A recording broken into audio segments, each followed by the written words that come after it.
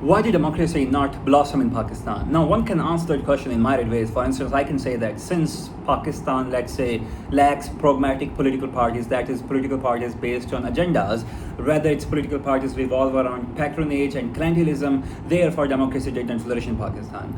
But such answers stop short of appreciating the specific nuance of this question, and to do so, one has to deal with the institutional building of Pakistan. And to that end, I first need to draw comparisons between countries where democracy did develop, flourish, and where it did not.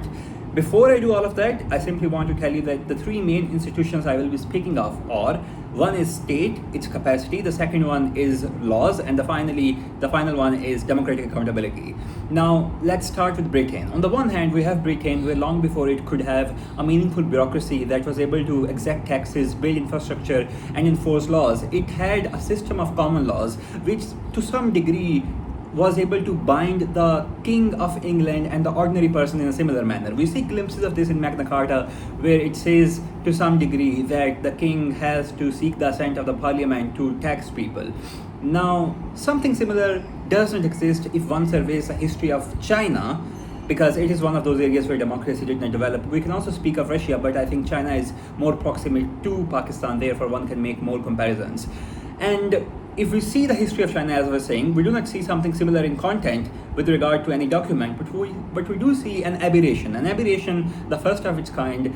Qin dynasty in 200 BC in China, for the first time in the world, was able to institute a model of bureaucracy that was based on merit. That is, it introduced an examination system by which any person, regardless of their background or any walk of life they belonged to, so long as they had merit, was able to experience social mobility and become a part of state official through that examination. That simply meant that China was able to draw the brightest and most efficient minds from all of its corners and therefore concentrate them in one body, and as a result that one body became far more powerful than any other body in China.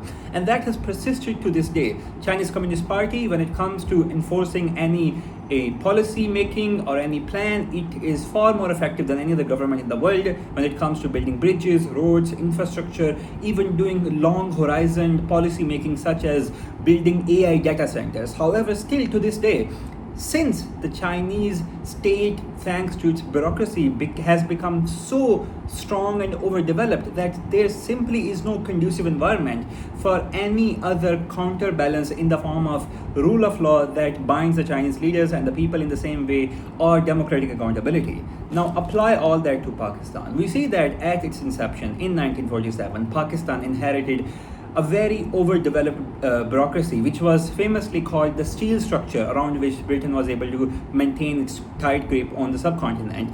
And thanks to that, Pakistan was effectively able to fend off many attacks from India. That was great enough. However, the trouble arose because of the state becoming so powerful. Just like China, there was no meaningful room now to create conditions where other institutions can flourish. And the only way a democracy can truly exist in a system is not only that a state has the ability to protect its people, but also that that state is constrained by the people through other institutions in the form of laws. That could be a convention in the form of common laws, as in case of Britain, judiciary or parliament, and democratic accountability in the form of elections. Now, if we draw this comparison at this point in time, around 1950s of Pakistan, with Glorious Revolution, which is 17th century, we see two different cases. We see that around 17th century, the reason that Cromwell was able to mount a rebellion to the king and was effectively able to make a republic out of Britain, which relapsed, was that there was a merchant class. That merchant class had economic incentives, that is, it wanted to protect its private property, and it also wanted not to be taxed to a degree that it harms their businesses, and therefore it could fuel that organization which eventually served as a counterbalance to monarchy. And eventually Glorious Revolution resulted in a system in which there was a balance between monarchy, parliament, and democratic accountability to some extent. Now, something similar has not existed in the history of Pakistan except for 2008, where we see that the lawyers movement, they were effectively able to check Musharraf and restore democracy. But even if you make an argument, you make a case that such a middle class with property rights, and even students who are studying and those who have graduated, they have this interest that they should be a pathway for them to improve their lives. They should be able to experience social mobility, and therefore such pathways should exist. Even if that is the case, there is no guarantee that democracy can directly flow from that. And the reason is, if you now draw comparisons with Russia, what happened in Russia was that thanks to Peter the Great during the 17th century, the Tsar period, it was able to revolutionize its bureaucracy on the Western model. However, something different happened with regard to the relationship between the merchant class and peasantry.